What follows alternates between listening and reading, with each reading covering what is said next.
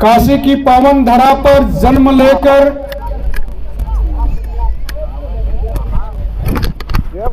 संत परंपरा का निर्वाह करते हुए भक्ति रस की धारा में बहकर सारे रीति रिवाजों को तोड़ते हुए समाज की सारी कुरीतियों को समाप्त करने का प्रयास किया। ऐसे महान संत के चरणों में हम बार बार दंडवत करते हैं, प्रणाम करते हैं। हरिसा हीरा छाड़ के करे आन की आस। एक एक श्लोक, बहुत ज्यादा श्लोक आपको पढ़ने की जरूरत नहीं, समझने की जरूरत नहीं।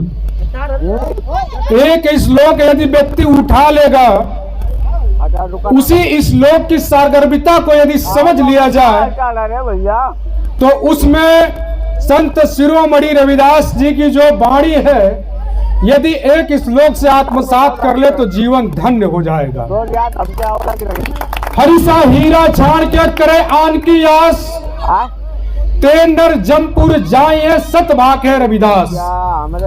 हमारे पास हरिसा हीरा है, परम पिता परमेश्वर को जिन्होंने समझा, जिन्होंने भापा आका, उन्होंने कहा कि हरिसा हीरा छाड़ के करें आन की आस, तेंदर जमपुर जाइए सत भाखे रविदास।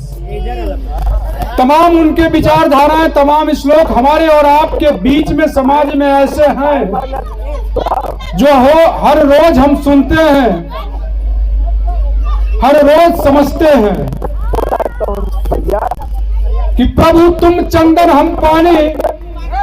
आज हम सभी बचपन से इस चीज को सुनते आ रहे हैं, समझते आ रहे हैं।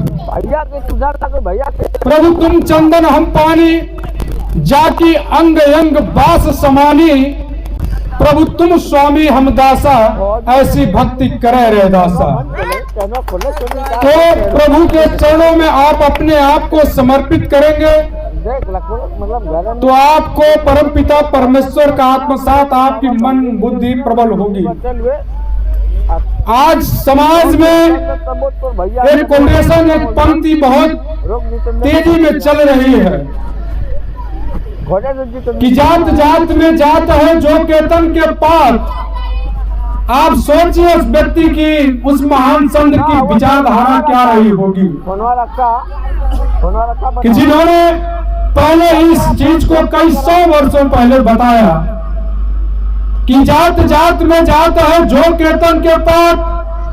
रविदास मनुष्य न जुड़ सके जब तक जात न जा।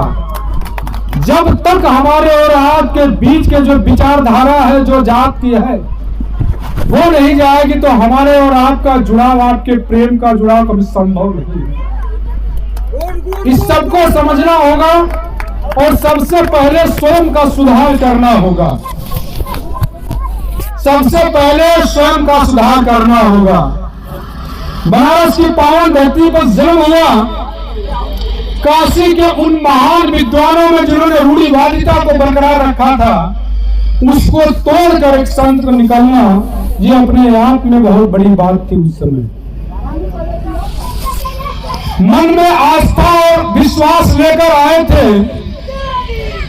बाबा विश्वनाथ की धरती पर अनेक विभूतियों ने जन्म लिया। मैंने लिखा कि मन में आस्था और विश्वास लेकर आए थे, ज्ञान का अलौकिक प्रकाश लेकर आए थे, निश्चल हृदय में प्रेम का सागर भरकर इस पावन जमीन पर संत रविदास आए थे।